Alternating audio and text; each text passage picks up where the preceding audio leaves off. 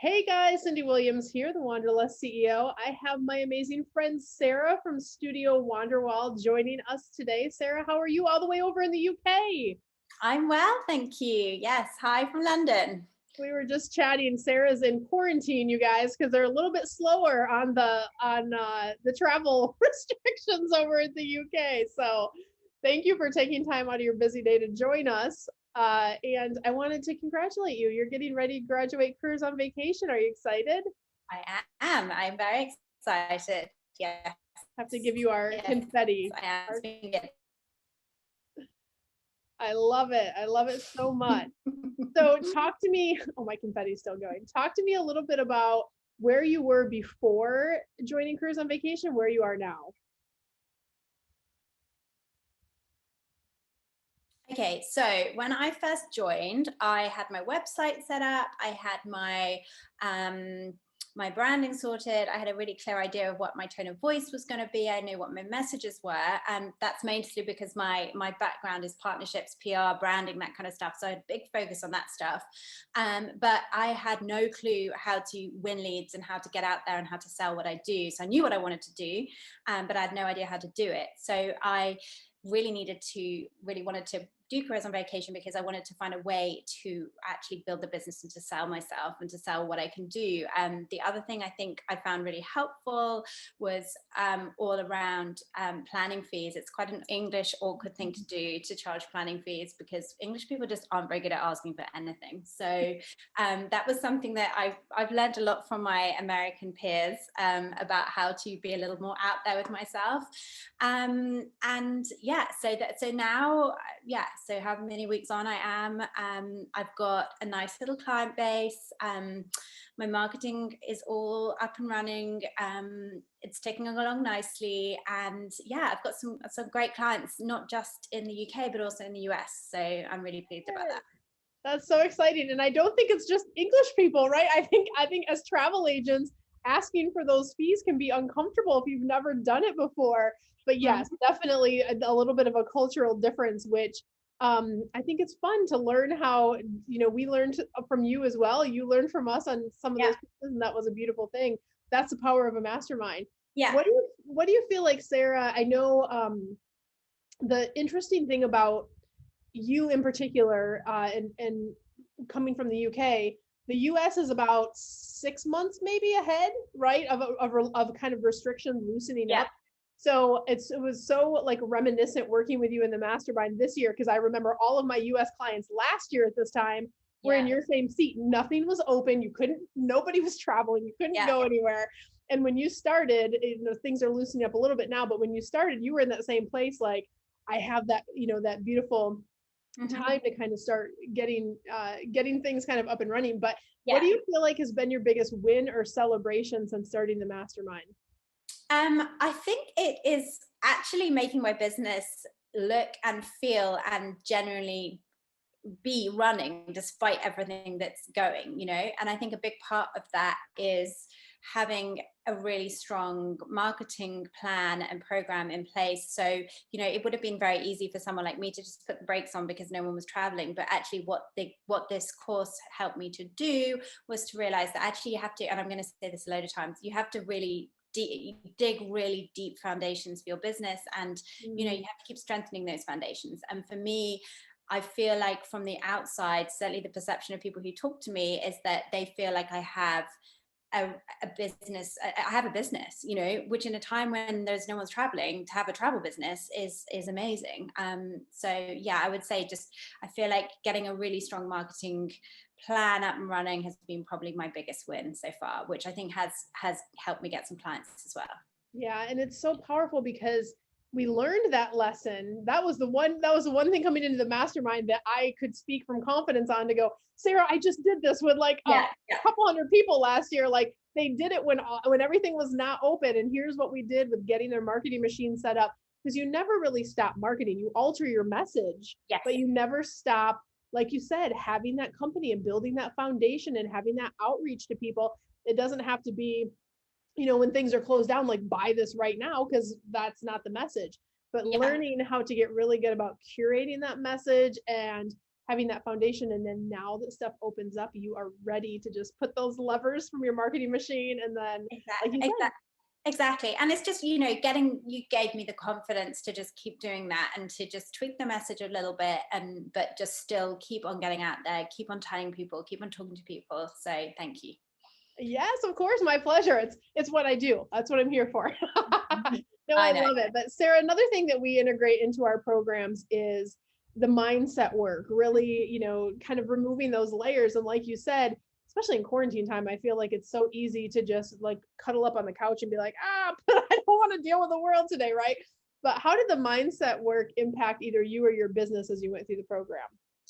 Okay, so I think there's two kind of points to this. Firstly, I have to totally confess that I don't deal very well with the kind of mindset-y sort of stuff, and maybe that's a mindset hurdle in itself. But I think that's, again, I hate to bring it back to being English, but we are very kind of retained about this kind of stuff. And I found some of the sort of slightly more mantra kind of stuff I did find a little bit tricky for me personally, but I do think that the message kind of got through subliminally a little bit more, even if I maybe wasn't as open as some of my other peers to the mindset coaching. I do think the message did get through to me because I didn't curl up on the couch and I didn't just hide under a blanket. I did actually get out there. So I mean, it must have done, right?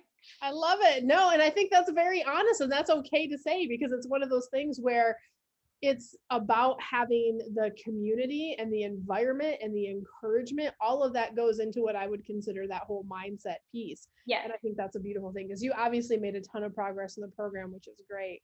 Walk me back to the beginning. I remember you at the beginning. Yeah. Talk me through, what were the hurdles when you were like, I know this is what I need, but I don't know, like the whole world's shut down. Am I crazy to be doing this? What was that process like for you to start deciding if it was a right fit for you to work with Careers on Vacation? Yeah, I mean, I guess the first thing was, of course, that I'm from the UK and everyone else is from the US, and it's kind of like, is this going to work for me and my business? Is this going to be?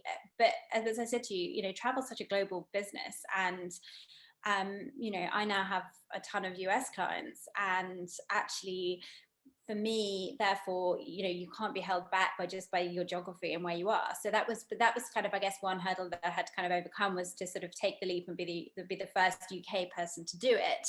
I think also then just the kind of mindset of investing this kind of money firstly when no one was traveling, but also I was reasonably at the start of my solo career doing this, and it is a big investment. But as I said to you right at the start, I think what I've hugely learned from you, and what I had a hunch about all along, but you have kind of really cemented this, is that every business has to have really deep foundations, and you've got to invest in your business if you want it to work. You can't just assume that you can just sit there one day and suddenly say, I'm going to do this. You have to actually invest. There'll be a line at your door of people waiting. Yeah, I love it. Yeah. So I think those are probably my hurdles. Oh, and also I'm not very good at being on video, and you forced me to be on video the whole time. I didn't force you, but I like to get you out of your comfort zone. Yes. I don't come to your house, anyone, and make you be on video. Sorry. It's crossed my mind. Like, she did not force me to do video. She just very much encouraged me and felt like it was the right thing to do, which I think it probably was. I love it. And it is, yeah. So you guys know, you don't hire me to be nice. I know on these videos, oh, Cyndi's so nice. She's my best friend. She's my cheerleader. I'm all of those things, but don't get it twisted. Like, I'm gonna bring your feet to the fire and go, look, if you want to have progress in this area, we got to push a little bit. We got to get outside that comfort zone, because everything you want is always 2 steps outside that comfort zone. But you were very gracious, Sarah. You did the steps, you worked the program, you were very coachable, and you did the work, right? That's the hardest part. So kudos to you for leaning in and having the success that's starting to unfold now that things are opening up again. That's super exciting. One last question. What would you say to someone maybe who's in the UK, or we service UK, we service Australia, we service the United States and Canada. So those are the primary areas that we service across the world. What would you say to someone that was in your shoes that's on the fence about starting with Careers on Vacation? Maybe they have the hunch, but they're not sure, like you are now. Hindsight's 2020. Yeah, no, absolutely. I would say that you've just got to dig those foundations, and the only way to do that is to learn and to train and to know how to run your business. I think running a successful travel business isn't about knowing how to sell travel. Like, actually anyone can sell travel, you know, anyone can. Everybody's probably planned a trip in their time, and you know, planning a trip for someone else just takes a little bit more creativity and a little bit more you know, a bit more work and a bit more energy, but running a successful travel business is a very different thing. So I think it's teaching you how to run a business successfully, how to do it really smartly, how to run it leanly, and that is something I think that's been hugely valuable. I love that. Yeah, you have to have that second hat on of, it's not just about being a travel agent, it's you are a business owner. How are you going to be running your online business in today's marketplace? So I love that. And let's face it, you know, that stuff is not always the fun stuff, you know. So actually, if you can get that machine up and running right from the start, then you can focus on the fun stuff. Exactly. We all want to get back to the fun stuff and traveling, which is why we're all here. I love it. Well, guys, if you are where Sarah was just about 12 weeks ago and thinking about, oh my gosh, what do I need? How do I grow? How do I get that business owner hat on? I want to encourage you to just do what Sarah did, which was book a discovery call. You can go to careersonvacation.com/ready now.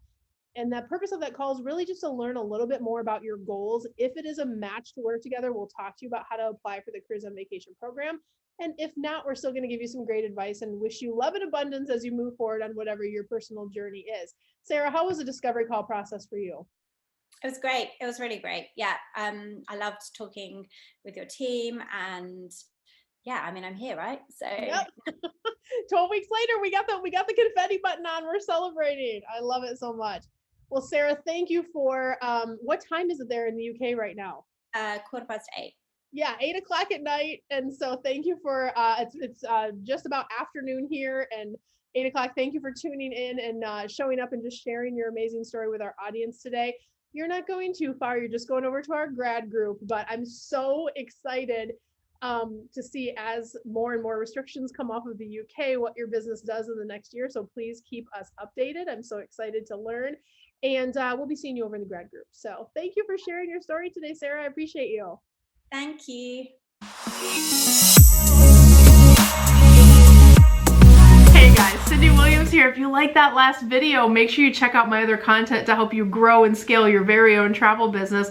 And also, I invite you to travel around the world with me and find out what I'm doing in my portable, profitable, award-winning travel business. Check out the videos.